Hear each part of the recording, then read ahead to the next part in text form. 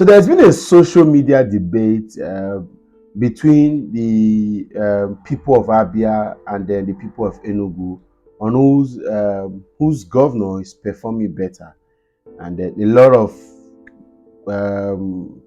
things have been put out comparing both governors. A few persons think he's not healthy, but I think otherwise. I think he's healthy enough to allow people to actually compete. He is for a long while in Nigeria, he's been who's worse as a governor, who's the worst governor. So some states are claiming to. I think Kogi has been leading heavily for a while now about having the worst of government, since Kogi has a trajectory for very, very abysmal leadership, and it's not even looking like it looks like Yaya will even do better than this current Osman Ododo, who virtually knows nothing, right? Respect to Kogi, but it's been quite abysmal. Then a few governors in the south, a few governors in the southeast, especially state like Abia, has been really led by bad people. Of course, the PDP in Abia had apologized and agreed that all what we are saying is correct. Then you go to the up north, a few things have also happened there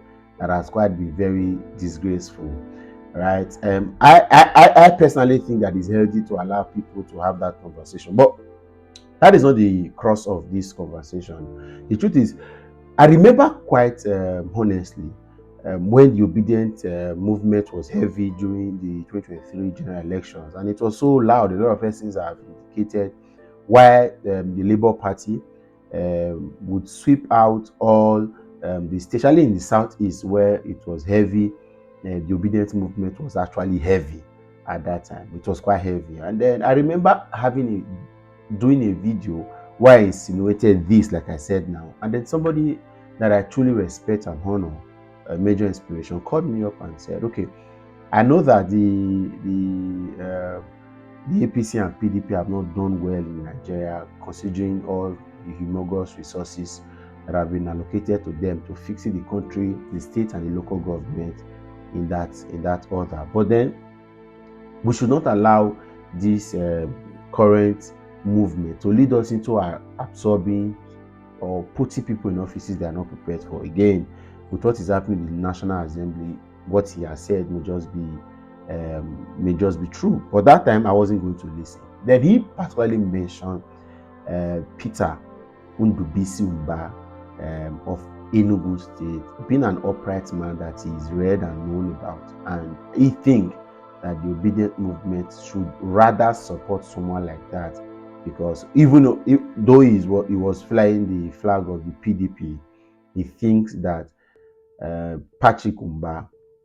Peter Mbah, qualified enormously and eminently to being governor. He thinks that he will do better than anybody else. Also, of course, it was going to be difficult for me to sell a PDP governor or governorship candidate at that time in the elections, but I kept his words to heart, and then maybe I now stopped doing too much of conversation around the Enugu elections, and we concentrated on Abia and a few other states at that time, because again, Alex was the civil. Alex was heavy, and then you couldn't ignore. Even him accepted that Alex should be given a chance in Abia.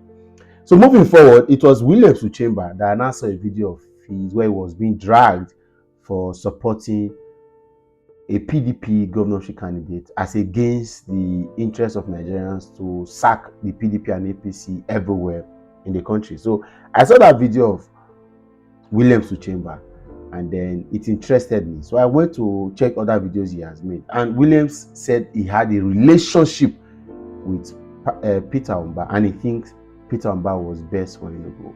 Moving forward, 1 year later, I think Williams Uchemba, and that, my friend, has been what's the word?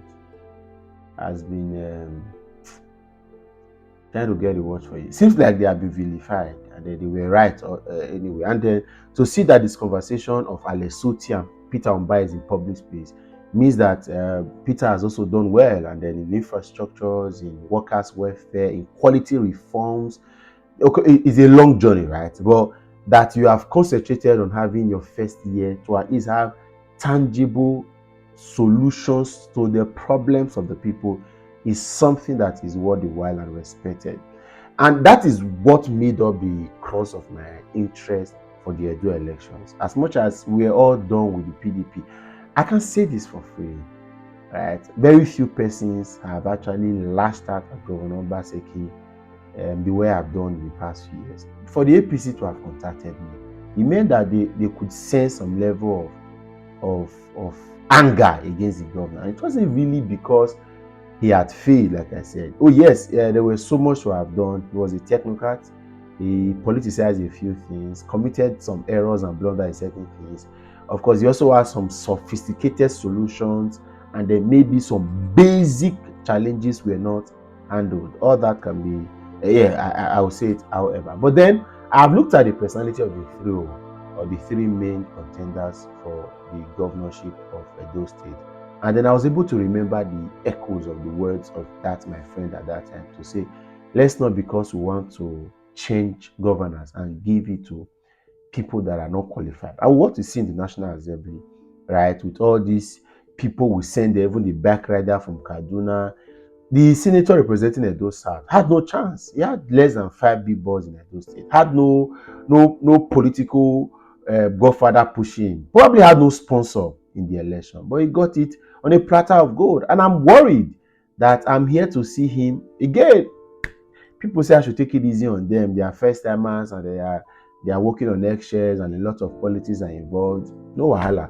So we can no longer allow some of these excuses to happen. So that's why when I said I was campaigning, I was speaking Asue without the PDP. Some persons were disappointed. But then again, if Patrick Mbah of the PDP in Enugu State is working for the people, right? If there are also some very few APC governors are doing well, and then you can be proud of. For example, Governor Professor Zulum of Borno State is APC. Is doing well. I am not the person to like anything in the APC.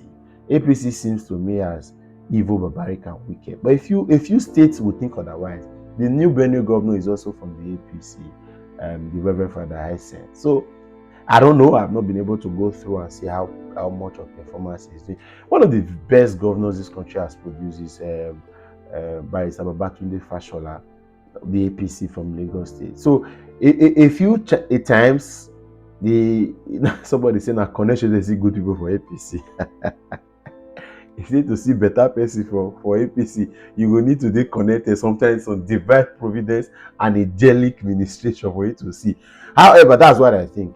A few of you think that, oh, his money is okay at this level of my life. I should not be really worried about what you think. And right. I've done this job for several years. I did it for several years without earning a dime officially from the platform, but yet I did it. So if you say it's money, no problem. But the fact that I realized that I believe in Asue without being able to fix the problems of the state. If we can be proud to say Otti of Abia from Labour Party and Peter Mbah of PDP from Enugu State are competing, there is a current debate of who is performing better at the moment.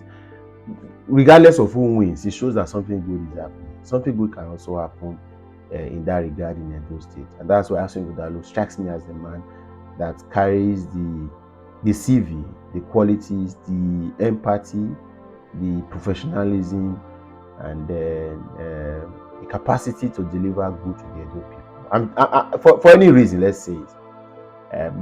The Labour guy would have been somebody I could give another attention to, because I'm done with the current crop of politicians. But this time I'm concentrating on Asue, and I think everybody should give Asue Ighodalo a chance. He stands a better chance of winning the election. By our standard, let's not go back to what the rhetorics have said or that before. And then let's give somebody a chance. So regardless of the party he belongs to, but he seems to have a better personality. And then if I go back to that conversation that I had with my friend in 2023, I can use that to say, yes, Asue Ighodalo is the man for the job. I don't give him a chance. He is. I'll catch you another time. Bye for now.